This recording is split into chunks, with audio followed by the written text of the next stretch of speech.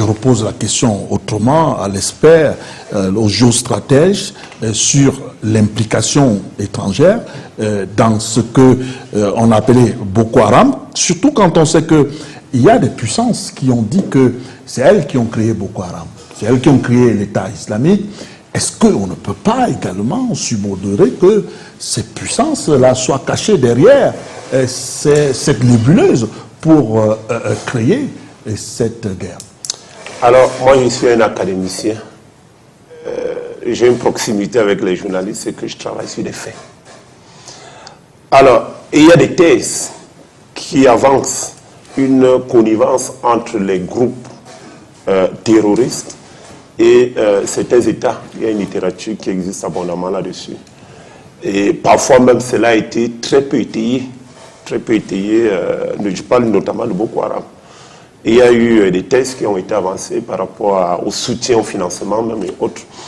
Mais ce qui est vrai, c'est qu'il y a une internationalisation du terrorisme. C'est-à-dire que ceux qui se battent au sein de Boko Haram ne sont pas que les populations kanouris, c'est-à-dire les jeunes de la localité.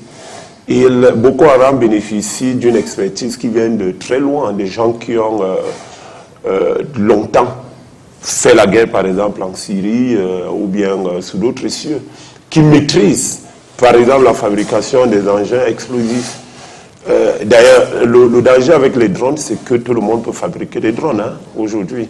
Il suffit de fabriquer un drone et d'y mettre une grenade, d'accrocher quelque chose, même de manière, on va dire, voilà, l'élastique. Dès que ça touche, voilà, effectivement, ça donc, et c'est ça justement le grand danger.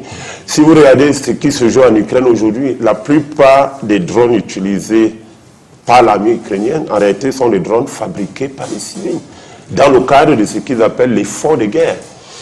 Alors, donc, en tant qu'homme de science, je ne peux pas affirmer, parce que je n'ai pas de faits, qu'il y a un financement direct ou bien un soutien direct de la part des pays occidentaux. Par contre,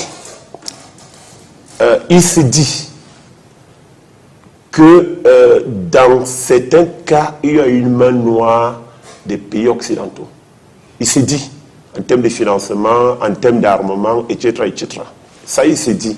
Parce qu'il y a certains armements, par exemple, sur lesquels on peut se poser des questions. C'est-à-dire, voilà, des armes sophistiquées que Boko Haram peut avoir, on peut quand même s'interroger. On s'interroge, effectivement.